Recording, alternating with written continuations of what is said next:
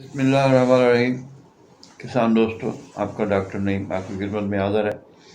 آج لیا سے میرا ایک نوجوان گروہ ہے، اس نے ٹیلی فون پہ سوال کیا کہ یہ جو زمین کا پی ایچ ہے اس کو کم کیا جا سکتا ہے۔ باقی پاکستان کے سارے ماہرین تو کہتے ہیں یہ کم نہیں ہو سکتا۔ تو سب سے پہلے ہمیں پتہ ہونا چاہیے کہ پی ایچ ہوتا کیا ہے، اور پی ایچ کا جو ریزن ہے وہ کون سا کیمیکل ہے، پھر اس کیمیکل کو ہم کیسے کنٹرول کریں گے، کیسے کم کریں گے۔ وہ کیمیکل جو پی ایچ بڑھاتا ہے، اگر وہ کنٹرول ہو گیا تو پی ایچ کم ہونی چاہیے۔ تو اصل میں پی ایچ یوں سمجھے کہ کسی زمین کا جو کیمیاوی عمل ہے وہ تیزابی ہوگا یا اساسی ہوگا، یا نہ وہ تیزابی نہ اساسی، اس کو ہم نیوٹرل کہتے ہیں، وہ ہوگا، معتدل ہوگا۔ تو کسی بھی علاقے کی فضا میں جو نمی کی مقدار ہے وہ اس زمین کی پی ایچ کو انڈیکیٹ کرتی ہے۔ اگر آپ کے علاقے کی زمین میں، فضا میں، ہوا میں نمی 80% یا اس سے زیادہ ہو تو ایسی زمینوں میں، ایسے علاقے میں بارشیں زیادہ ہوتی ہیں۔ جب بارشیں زیادہ ہوگی تو پانی زمین کے مضاموں کے ذریعے نچلی تہہ کی طرف حرکت کرے گا، تو زمین کے اندر جو وہ نمکیاں جو پی ایچ بڑھانے کا ریزن بنتی ہے ان کی کمی ہو جاتی ہے۔ ان میں کیلشیم کاربونیٹ ہے، سوڈیم کاربونیٹ ہے، جتنے بھی کاربونیٹ ہیں یہ پی ایچ بڑھانے کا سبب ہے۔ اگر زمین میں کاربونیٹ کم ہو جائے تو زمین کے اندر کیلشیم کی کمی بھی ہو جائے گی۔ کاربن ڈائی آکسائڈ گیس، ماہرین نے تحقیق کی ہے کہ فضا کی نسبت زمین کے اندر 100 گنا زیادہ ہے، 100 گنا، 100% نہیں، 100 گنا۔ تو جب بھی کاربن ڈائی آکسائڈ کو پانی میں حل کریں تو اس کو ہم کاربونیٹڈ واٹر کہتے ہیں، لیکن کیمیاوی نام اس کا ہے کاربونک ایسڈ۔ اور اس ایسڈ کو نیوٹرل کرنے کے لیے، اس کی ایسیڈیٹی کم کرنے کے لیے، تیزابیت کم کرنے کے لیے زمین میں کیلشیم کا ہونا ضروری ہے۔ اگر زمین میں کیلشیم موجود ہے تو آکسیجن کے ساتھ ریئیکٹ کرے گی تو بنائے گی کیلشیم آکسائڈ۔ کیلشیم آکسائڈ جب پانی میں حل ہوگا تو بنائے گا کیلشیم ہائیڈروکسائڈ۔ کیلشیم ہائیڈروکسائڈ ایک طاقتور الکلی ہے۔ جہاں الکلی بھی ہو اور تیزاب بھی ہو، کاربونک ایسڈ بھی ہو، تو دونوں کا آپس میں ریئیکشن ہو کے تو کیلشیم کاربونیٹ بنے گا۔ اگر آخر پہ کاربونک ایسڈ زمین میں بچ جائے تو وہ زمین تیزابی ہوگی۔ اگر کاربونک ایسڈ کم ہو جائے اور کیلشیم ہائیڈروکسائڈ ابھی بھی زمین کے اندر موجود ہو، جو کیلشیم آکسائڈ سے پھر پانی میں حل ہو کے کیلشیم ہائیڈروکسائڈ بنے، اگر وہ بچ جائے تو وہ زمین اساسی ہوگی۔ تو ایسے علاقے جہاں بارشیں زیادہ ہوتی ہیں وہاں وہ کیلشیم جو ہے، کیلشیم کاربونیٹ جو ہے پانی میں حل ہو کے کیلشیم ہائیڈروکسائڈ جو ہے وہ زمین میں واش آؤٹ ہو جاتا ہے، نیچے چلا جاتا ہے، تو کاربونک ایسڈ بنتا ہے تو وہ زمین تیزابی کہلائے گی۔ ایسی زمین کے علاقے میں فضا میں نمی 80% سے زیادہ ہوگی، اور یہاں پانی کی زمین کے اندر حرکت جو ہے نیچے کی طرف زیادہ ہوگی۔ اگر زمین میں واٹر موومنٹ ڈاؤن ورڈ زیادہ ہے تو زمین ایسیڈک ہوگی۔ تو اگر فضا میں نمی 80% سے کم ہے، جیسے جیسے وہ نمی کم ہوتی جائے گی تو سب سائل واٹر، زمین کی تہہ والا پانی، زمین کو مساموں کے ذریعے اوپر کو حرکت کرتا ہے، اور درمیانی تہوں سے جو نمکیات زمین میں موجود ہیں وہ اپنے اندر حل کر کے سطح زمین تک حرکت کرے گا۔ سطح زمین کے قریب آ کے جہاں اس پانی کو مناسب درجہ حرارت ملے گا، جیسے وہ بخارات بن جائے، تو وہ فضا میں اڑ جائے گا اور نمکیات چھوڑ دے گا۔ نمکیات بخارات نہیں بن سکتے۔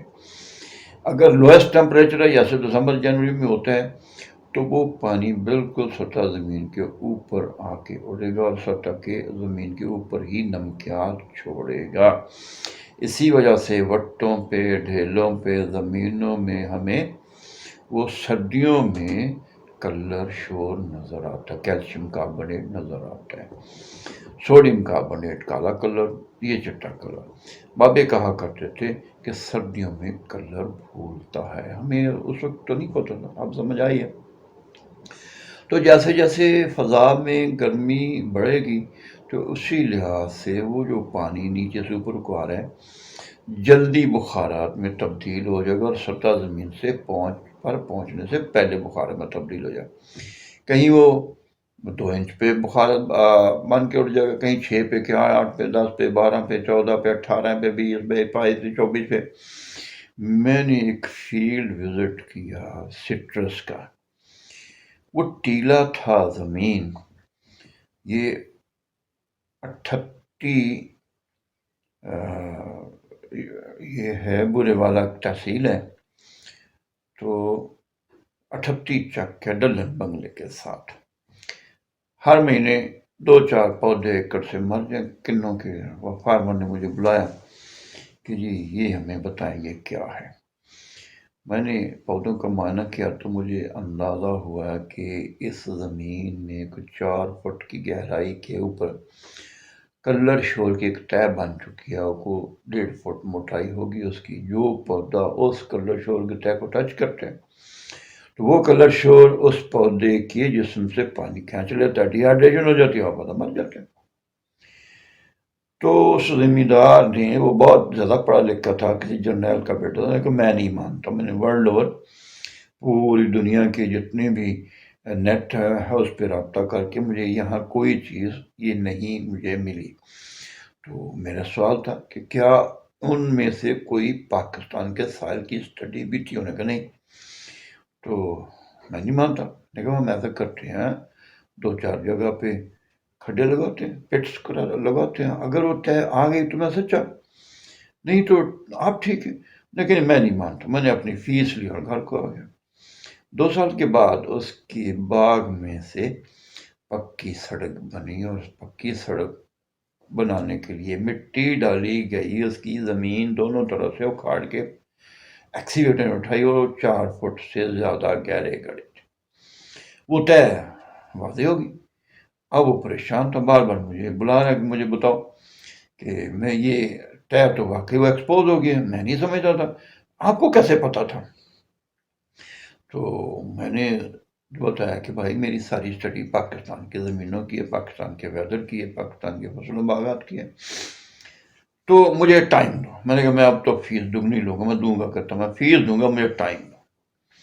میں گیا، پوچھا یہ کیوں بنی ہے؟ میں نے کہا ہاں، جب مئی جون جولائی کا مہینہ ہوتا ہے نا تو ہوا میں نمی کم سے کم ہوتی ہے اور فضا کا درجہ حرارت زیادہ ہوتا ہے، اس سے ریت والا رقبہ تھا، اس کا ٹیلے والا رقبہ تھا، 50 سال ہو گئے تو اس کا ٹیوب ویل اسکیم کا رقبہ تھا، ٹیوب ویل کا پانی لگ رہا تھا۔ تو ہر سال مئی جون جولائی میں وہ جو نیچے سے پانی اوپر کو چڑھ کے بخارات بن کے اٹھتا ہے، اس کی سپیڈ سب سے زیادہ ہوتی ہے۔ اور اس رقبے میں، سینڈی سائل میں، ٹیلے والے رقبے میں، میرے انداز میں وہ 3-3.5 فٹ پہ اس کو وہ بخارات میں پانی میں تبدیل ہونا چاہیے اس پانی کو، اور وہیں اس کا نمک چھوڑنا چاہیے۔ 50 سال ہو گئے تو 50 سال میں میرے اندازے میں وہ 1.5 فٹ کے قریب طے موٹی بنی ہوئی تھی۔ اب اس کو ریموو کیسے کریں؟ میں نے نیا NFC کو چھوڑا تھا، ریاڑی لمبڑ میں اپنا دفتر بنایا تھا، اور ستارہ کیمیکلز کے میگنیشیم کلورائڈ کے لیے میں نے ان کی ڈیلرشپ لے لی تھی۔